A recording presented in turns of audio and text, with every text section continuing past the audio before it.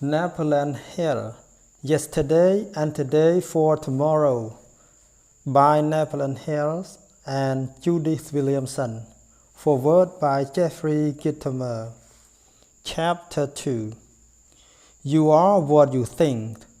To write, you must think. When you write a letter, you crystallize your thinking on paper. Your imagination is developed by recollecting the past, analyzing the present, and perceiving the future.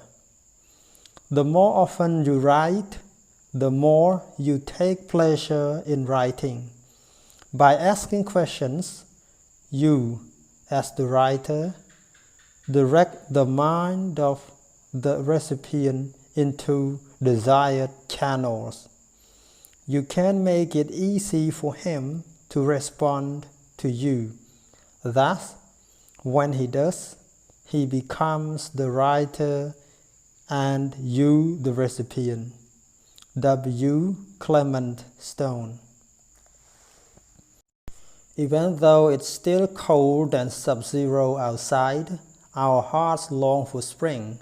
To me, turning the page on the calendar to the next month brings hope that winter is not eternal. Just thinking about seed catalogs, Groundhog Day, Valentine's Day, and President's Day makes us aware that spring will not be far behind. So, when the wind blows and the snow flies, we need to think on these things instead. Our attitude will become more positive, more pep, will be on our step, and our smiles will transform the dark days of winter into the light of springtime. February is the month for Valentine's, cards, love notes, and romantic letters. Love is in the air, and both Napoleon Hill and W. Clement Stone have written essays on the subjects of love and letter writing. Each essay is packed with good thoughts and tips for practicing the age-old art of keeping in touch. Why not use W. Clement Stone's self-starter? Do it now and get those Valentine letters in the mail early. Who knows, you might influence someone positively in your direction and get a pleasant surprise in return.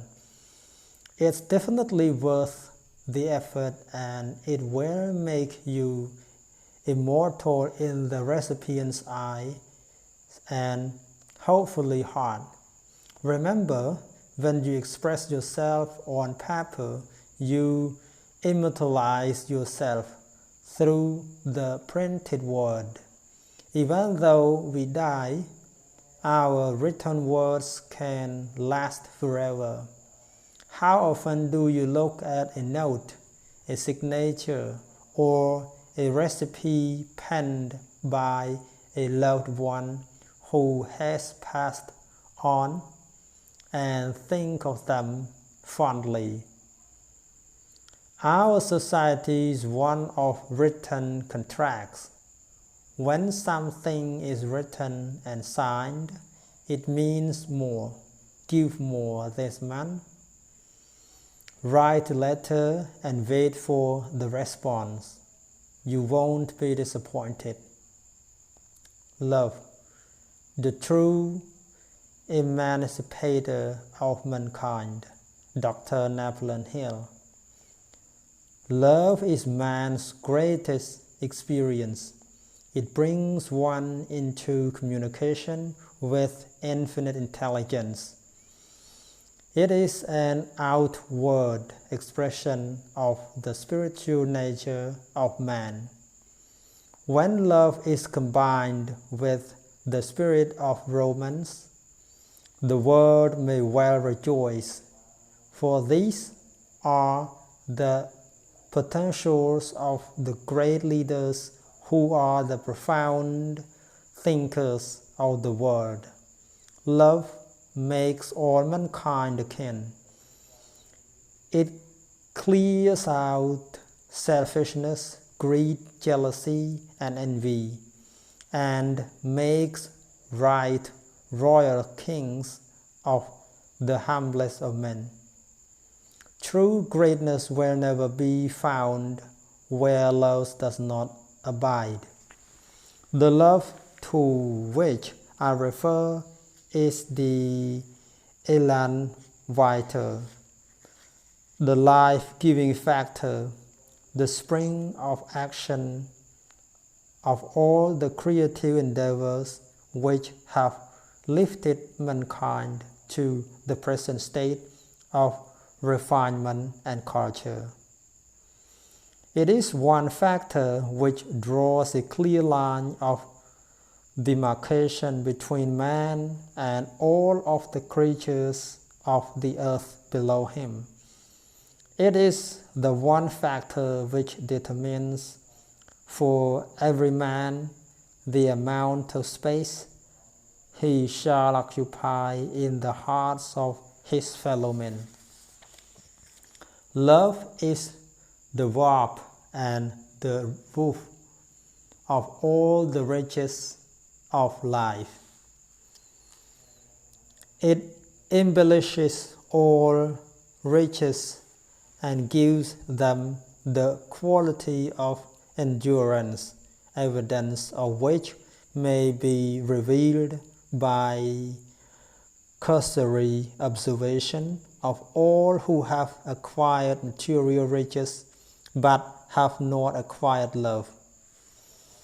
The habit of going the extra mile leads to the attainment of that spirit of love, for there can be no greater expression of love than that demonstrated thought service rendered unselfishly for the benefit of others. If a man be truly great, he will be compassionate, sympathetic, and tolerant. He will love the good and bad among all humanity. The good he will love with pride and admiration and joy. The bad he will love with pity and sorrow, for he will know, if he be truly great, that both good and bad qualities in men often are but the result of circumstances over which they have, because of their ignorance, little control. The great minds of every age have recognized love as the eternal elixir that blinds the heart wounds of mankind and makes men their brother's keepers. If a man is truly great, he will love all mankind. Success Unlimited, January 1955. Thank you very much for listening to me reading this for you.